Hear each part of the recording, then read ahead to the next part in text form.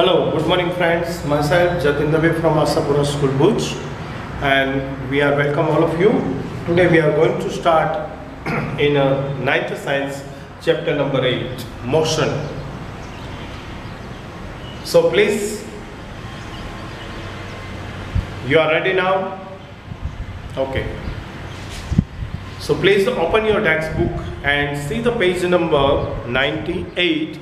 We are going to continue to discuss an explanation of the new chapter number 8, motion. Okay, now you are ready? I will start to read and explain the introduction of the chapter motion. In everyday life, we see some object as the rest and others in the motion. Day to day life में हम देखते हैं कि कुछ object हैं वो स्थिर दिखाई देते हैं, मतलब एट अ रेस्ट कंडीशन में दिखाई देते हैं, and others are in motion. कुछ है जो गति के साथ दिखाई देते हैं, like birds fly, fish swim, blood flows through the veins and arteries and car moves. कुछ ऐसे ऑब्जेक्ट्स हमें दिखाई देते हैं जो मोशन को परफॉर्म कर रहे हैं, जैसे कि पंछी हैं वो आकाश में उड़ रहे हैं, मछलियाँ पानी में तैर रही हैं, और हमारे आर्टरीज और वेन्स थ्रू ब्लड है वो सर्कुलेटेड हो रहा है. Atoms, molecules, planets, stars and galaxies all are in motion.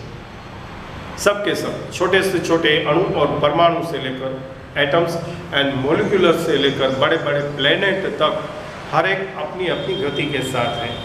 We often perceive an object to and motion when its position change with the time. कब हम कह सकते हैं कि ये पदार्थ, ये ऑब्जेक्ट मोशन में है?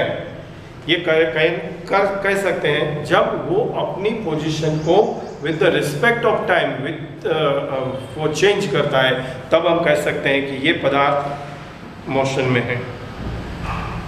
However, there are situations where the motion is inferred through the indirect evidence. और ऐसे हालत में जो ये गति में है, इसका प्रमाण हम डायरेक्ट फॉर्म्स में नहीं दे सकते, लेकिन इनडायरेक्टली हम इन्फर कर सकते हैं कि वो इस वक्त मोशन में है.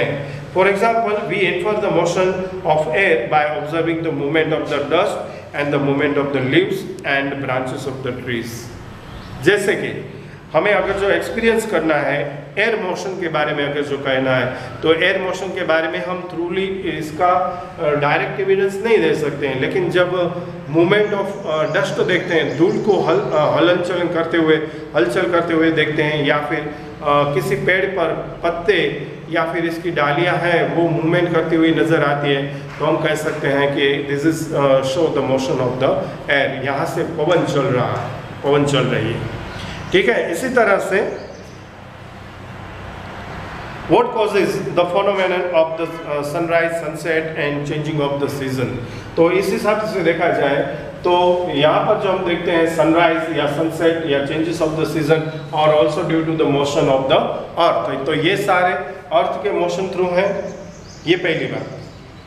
It is due to the motion of the earth. Yes, of course, it is due to the motion of the earth. If it is true, then why don't we directly perceive the motion of the earth? तो हम directly perceiving क्यों नहीं कर सकते अर्थ के motion को? इसके पीछे क्या वजह है, ये ढूंढने हम जाएंगे. बिकॉज मोशन, और इसका आंसर है motion is a relative. Motion is a relative quantity. ये दूसरे के सापेक्ष में डिस्क्राइब की जाने वाली क्वांटिटी है. चलो इसके बारे में हम देखेंगे आगे. An object may appear to be the moving from one person and stationary for the another. For passengers in a moving bus, roadside trees appear to be moving the backwards, and person standing on the roadside perceives the bus along the passenger as moving. A passenger inside the bus sees his fellow passenger to be the rest. What do this observation is indicate? Most motion are the complex. Some object may move in the straight line, other may take the circular path, and some may rotate, and few others may vibrate. There may be situation involving the combination of this, and these chapters we shall first learn to describe the motion of the object along a straight line. We shall also learn the express and such a motion through the simple equation and graphs, and we shall also discuss ways of describing the circular motion. Here two activities shows. First one, discuss whether the walls of your classroom are at the rest in motion, and second one, have you ever experienced that the train in which you are sitting appears to move while it is at a rest? So discuss, share and this experience. यहाँ पर जो हम बात कर रहे थे वो बात कर रहे थे motion is relative. Why? Because यहाँ पर एक एग्जांपल आपको याद करवा दूँ. फॉर एग्जांपल आप पैसेंजर ट्रेन में या पैसेंजर बस के अंदर सवार होकर ट्रैवलिंग कर रहे हैं और उस पैसेंजर ट्रेन में बैठकर आप ऑब्जर्व करने की कोशिश करोगे तो आपको पता चलेगा कि उस बस के मोशन में होने के साथ साथ आप बस के अंदर की कोई भी चीज़ हैं वो भी उस समय उसके साथ साथ चलती रहती हैं, उसी कंडीशन से वो रिलेटेड रहती हैं. तब जाकर जब आप देखोगे तो आपको रेस्ट कंडीशन में नज़र आएगी. ठीक उसी तरह से आपकी तरह दूसरे पैसेंजर भी आपको चलते हुए बस में रेस्ट कंडीशन में मतलब कि स्थिर नजर आएंगे.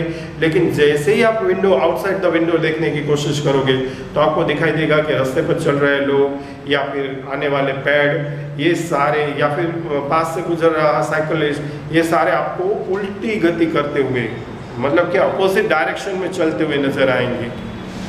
क्यों हो रहा है ऐसा?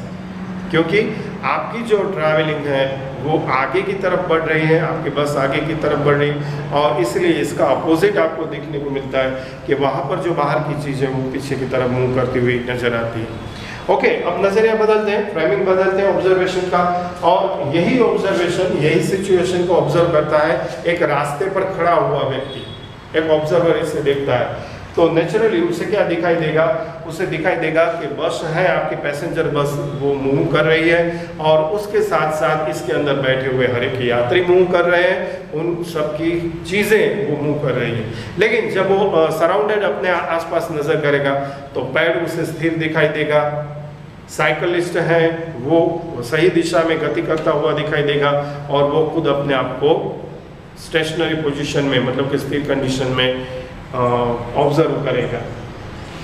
ओके, ये बात हुई उसकी रिलेटिवनेस के बारे में. एक बात और आपके साथ यहाँ पर हमें कहनी थी और वो थी कि मोशन है वो अलग अलग टाइप के होते हैं. मोस्टली मोशंस है वो कॉम्प्लेक्स फॉर्म में होती हैं, लेकिन यहाँ पर दो मोशन को हम डिस्कस करेंगे. एक motion with the straight line, सीधी रेखा में होने वाली गति के बारे में हम यहाँ डिस्कस करने वाले हैं और दूसरी डिस्कस करने वाले हैं सर्कुलर पाथ पर होने वाली मोशन की. अदरवाइज इसके अलावा एक वाइब्रेशन मोशन भी है. समटाइम्स ऐसा भी देखा गया है कि देयर कैन बी कॉम्बिनेशन, एक से ज़्यादा मोशन एक साथ कॉम्बिनेशन होकर कॉम्प्लेक्स मोशन के फॉर्म में हमारे सामने आती है. ऐसा भी देखने को मिला है. ये जो बात कर रहे थे यहाँ पर दो एक्टिविटी दी थी. एक तो आपकी क्लासरूम की जो दीवार है वो आपको कैसे दिख रही है.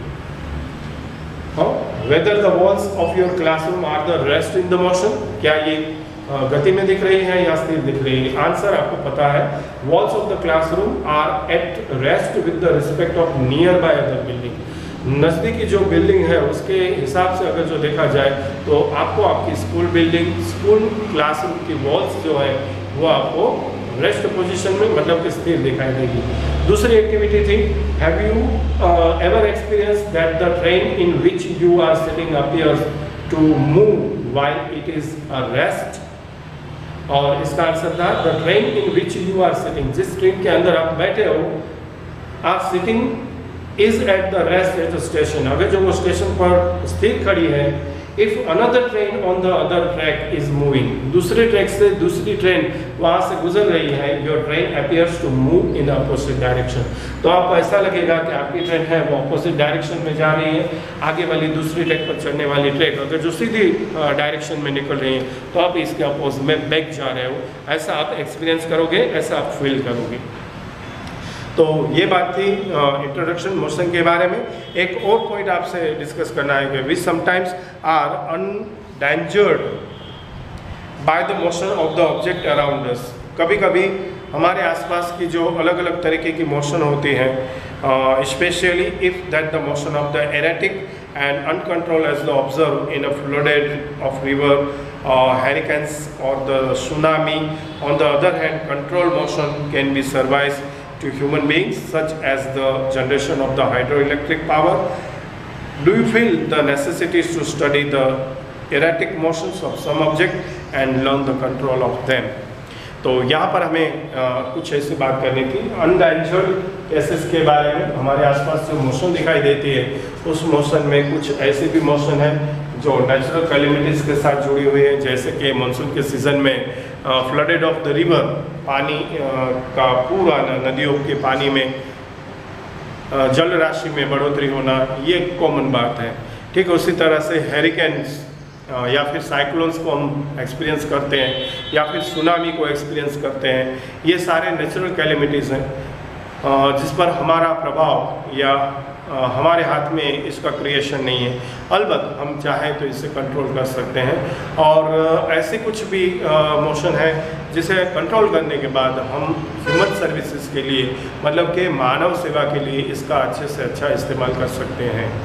हाँ, तो ये जो कुछ मोशंस की हम बात कर रहे थे, this disaster such as the flood, hurricane, tsunami, etc.